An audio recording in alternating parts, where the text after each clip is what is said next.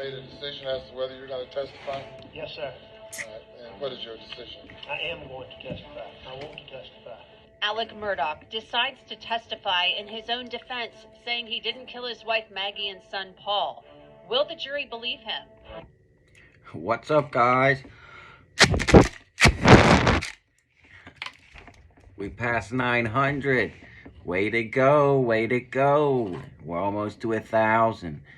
And then I'll be able to do a lot more shit. Lives, merchandise, all kinds of shit. So, we got about 45 more people to go. So, hit that subscribe button if you're not subscribed.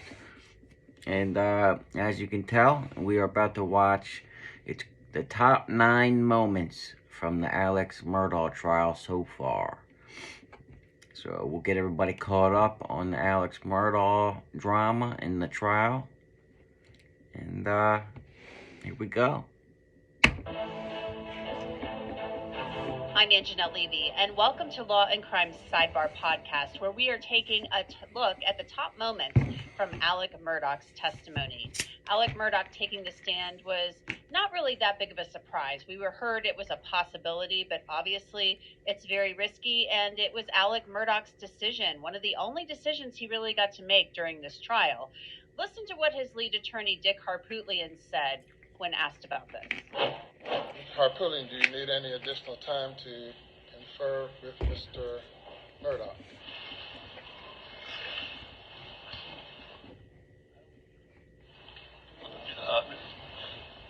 He indicates he doesn't need to talk to me.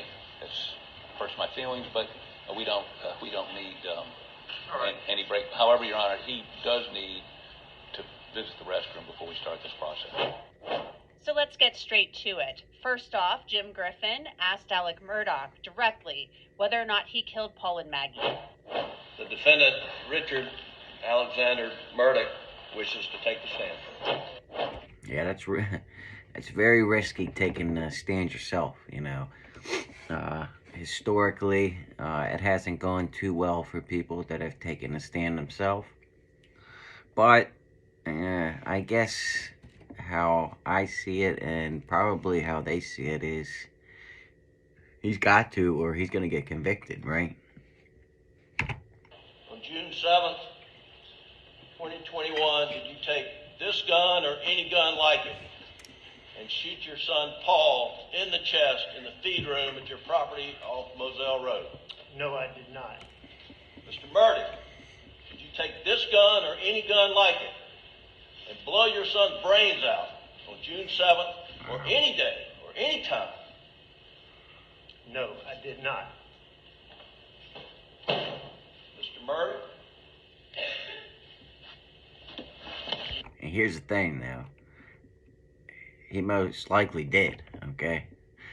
And he also killed his wife. I have to say allegedly, because he hasn't been found guilty yet. But, yeah, that's the guy you're looking at right there.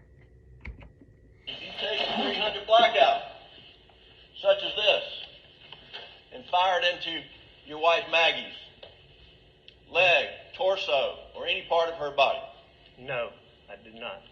Did you shoot a 300 blackout into her head, causing her death?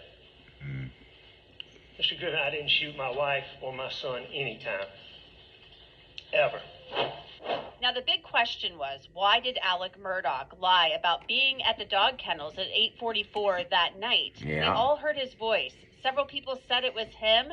You could clearly hear it. He can't deny it. Yeah, I listened to his voice. I mean, he sounds almost like a girl. I mean, anybody that lives around there or knows him is gonna recognize his voice, right? This is what he said. Mr. Murdaugh, is that you? On the kennel video at 8:44 p.m. on June 7th, the night Maggie and Paul were murdered. It is. Were you in fact at the kennels at 8:44 p.m. on the night Maggie and Paul were murdered? I was. All right, so he just admitted he lied, because at first he said he wasn't at the kennels. So we know he's a liar. So now anything he says, we can't believe, because he's already been caught lying. lied to Sled Agent Owen and Deputy Laura Rutland on the night of June 7th and told them that you stayed at the house after dinner? I did lie to them. Did you lie to Agent Owen and Agent Craw? Right there. His credibility's gone. And as far as I'm concerned, you can't take anything he says now. You know, you can't believe it. So he's probably better off not getting on the stand, because for the simple fact he's been caught lying. Lie once, that's it. I mean, he lied under oath. On a follow-up interview on June 10th, that the last time you saw Maggie and Paul was at dinner. I did lie to them. And in the interview of August 11th, did you tell Agent Owen and Agent Craw, did you lie to them by telling them that you were not down at the kennels on that night? Yes. Now, the timeline in this case is incredibly tight. That video at the kennels was recorded by Paul at 8:44 p.m. Maggie and Paul's phones lock 5 minutes later at 8:49, and Alec Murdaugh's phone wakes up at 9:02, and then he later goes to his mom's house. This is what Murdaugh said about what happened after that video was recorded, and he said he took the chicken out of Bubba's mouth. Did you get the chicken out of Bubba's mouth? I did. I took the chicken from Bubba and I put it on top of that. Now we've seen, this video of Paul with Cash, Rogan's dog. Did you know that was going on? What do you remember about that? Yeah, I knew Paul was fooling with. When I pulled up on the golf cart, Maggie was standing back, sort of where the driveway would be. It sort of runs out at the feed room. Storage room's what we call it. It's been called the feed room. But it sort of ran out. Maggie was a little bit further up where she could see back in that angle where the dogs were. Paul was fooling with Rogan's dog back towards the kennel. If I remember, when I first got there, Paul was more in the When you walked up and shot him? driveway, but then I knew Paul was in the kennel fooling with Cash, yes. But did I know what he was doing? I didn't know exactly what he was doing, no. So Murdaugh said that he knew that Paul was doing something with Cash over there at the dog kennel, but he didn't know exactly what, and it clearly sounds like he didn't realize that Paul was recording a video to send to Rogan Gibson, Cash's owner. Rogan, of course, never received that video. It was never sent. One of the big questions in this case is, where are Alec Murdaugh's clothes that he was wearing in that Snapchat video that Paul sent to his friends at 7:56 p.m. the night of the murders? Let's listen to what Alec Murdaugh said about his clothes. Well, whatever he says, we can't believe him. The clothes that we saw in that Snapchat video was that the clothes you had at work that day? Yes, those are the clothes I had on at work that day. And the jury's seen you in those clothes, and what's on June 7th. How tall were you, and how much did you weigh? On June 7th, well, I'm a hair over 6'4", right at 6'4". On June the 7th, I was about 265 pounds, 264, 265. And this was in June. It's a big guy, right? June 7th. Yes, sir. When you were outside, riding around, and did you get hot and sweaty? Absolutely. I mean, Paul and I had done some things. We unloaded the bulldozer, cleaned the bulldozer, we fooled around. Yeah, I mean, I sweated. I was heavy, and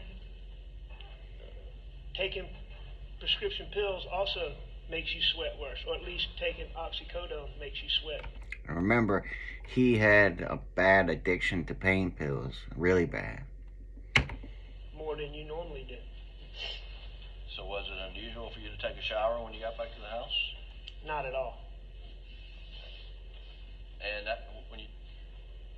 after you took a shower, what did you change into? I changed into the clothes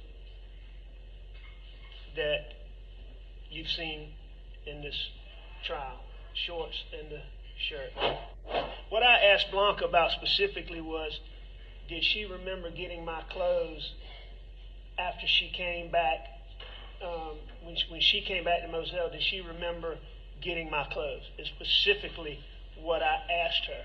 I see. And why were you asking her those questions? Because on August the 11th, they had made an issue about me still wearing those clothes, not having changed clothes when I was in that Snapchat video. So that's why I went to Blanca. Did they ever ask you on August the 11th whether, they ask you for those clothes? Can you produce the clothes? Did they ask you that? No, they didn't. Have they? It's scary how, how people can change so much. Like, you would never know this guy's, killed his wife and son and then tried to have himself killed. But that's what he did. It looks like a totally normal person. He's never, as far as I know, he's never been in trouble his whole life. And then one day, he allegedly kills his youngest son and his wife. They ever ask you for those clothes? No. As far as Because his life was starting to go downhill. And remember, his son that he killed allegedly was in a boating accident, and they were getting sued left and right from that, and he was having all kinds of financial trouble, and he's used to living this high life, being rich, so he probably couldn't take it. my understanding goes, my clothes were never an issue in this case until y'all figured out, as my lawyers figured out, that there was no blood spatter on me. I'm well aware that my clothes never became an issue in this case until my lawyers proved that this blood spatter that they said I had on my shirt from my wife and my son was a lie. Now keep in mind, he's practiced this with his lawyers many times before taking the stand.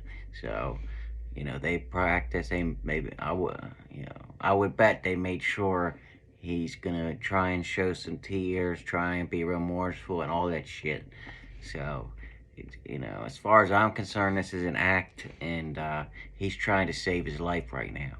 And that there was no blood on my shirt.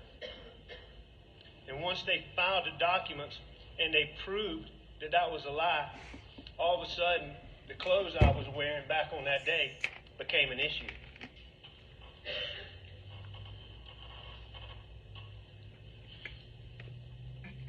And that's in the weeks leading up to this trial. Still, the big question is, where is that blue shirt? We still haven't heard. Next, Alec Murdaugh described going back to the house immediately after the visit to the kennels. Did you go back to the house? I went straight back to the house, to the air conditioner. And what did you do when you got back to the house? I lay down on the couch. And then what? Well, was TV on when you went back? Yeah, the TV never got cut off. So you went back to the house, you laid down on the couch, and then what happened next? I'm not positive I dozed off for a minute or didn't doze off for a minute, but I got up off of the couch, and I made up my mind I was going to visit my mom. Had you spoken to Barbara Mixon earlier in the day? I did. And I talked to Barbara most days. If I didn't see her, I talked to her. Murdaugh then described returning from his mother's house to Moselle and discovering Maggie and Paul's bodies. did you see them on the ground when you're pulling up in your Suburban? I did. So who else would have wanted them dead? He said he said before he wanted his oldest son to get the life insurance after he died, and his son, other son, and his wife was dead. That's why he had someone try and kill him. And what'd you do when you came to a stop, Alec? I think I jumped out of my car. I'm not exactly sure what I did, but no, I got out of my car. I know I ran back to my car, called 911. I believe he's crying because, well, one, he's got to put on a show or he's going to be found guilty, you know. He's going to be found guilty most likely anyway. And two, he knows his whole life's fucked, right? His life's done. I mean, either way, right? And, yeah, he's crying for himself is what I think, right? I called 911. I was on the phone with 911. I was trying to Shut up. Why'd you put a 16 gauge shell in it? I obviously didn't realize what I was doing. I mean, I know you can't put a 16 gauge shell in a 12 gauge gun and not. I mean, I've been hunting my whole life. I know you can't do that. That's not a mistake I would have made. That's not a mistake I'd have made under any circumstances other than that night. Why did you go back to the house and get a gun? I just didn't know. I didn't know. I mean,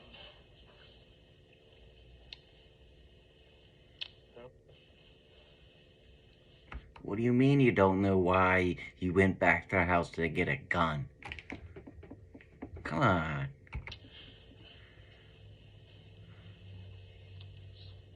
saw it.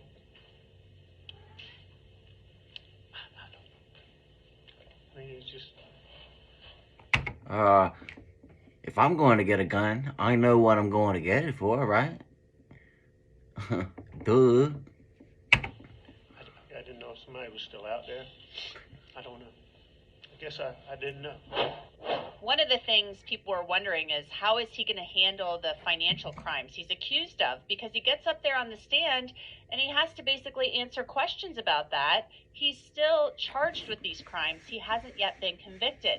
Listen to what Murdaugh said. Yeah, remember, he's on trial for more than just trying to killing his son and his wife. I mean, he's accused of stealing millions from the law firm he worked at and other shit, right?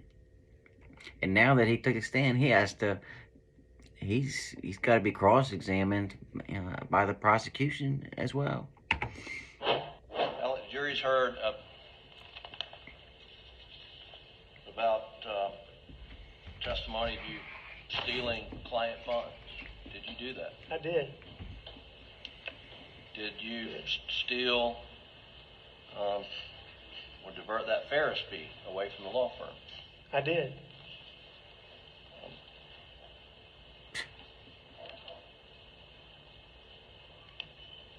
How did you get in such a financial predicament that led you to steal money that wasn't yours? Or the opiate addiction, whatever the pills that he had to have. No, I'm not quite sure how I let myself get where I got, but it came from, I battled that addiction for so many years. I was spending so much money. See, guys, I mean, and he was one of the most highly respected people in his town. So you never know who's addicted to whatever, okay? It can affect anybody. All walks of life. It's not just the homeless, okay? It's the affluent, lawyers and everybody, okay? On pills. I got in a spot I couldn't. And the only reason he wasn't doing heroin or fentanyl was because he couldn't afford to buy all them pills, or else his addiction would have gotten the cheaper stuff, which is fentanyl. That's where he would have been, okay, if he wasn't rich. 100%. So all of you out there that say it can't happen, it's only pieces of shit. Yeah, you're totally wrong. What type of addiction are you referring to? My addiction is to opiate painkillers, And when specifically oxycodone, OxyContin. Thanks so much for listening. That's it for this edition. Well, all right, guys. I hope you liked it. I hope you caught up on this Alex Murdaugh case. I mean, this was from 10 hours ago. So, yeah, that's everything that you need to know about the case so far. If you liked it, hit the like button. If you didn't, it's okay. You don't have to hit the like button. I will survive. And until next time, True Crime King out.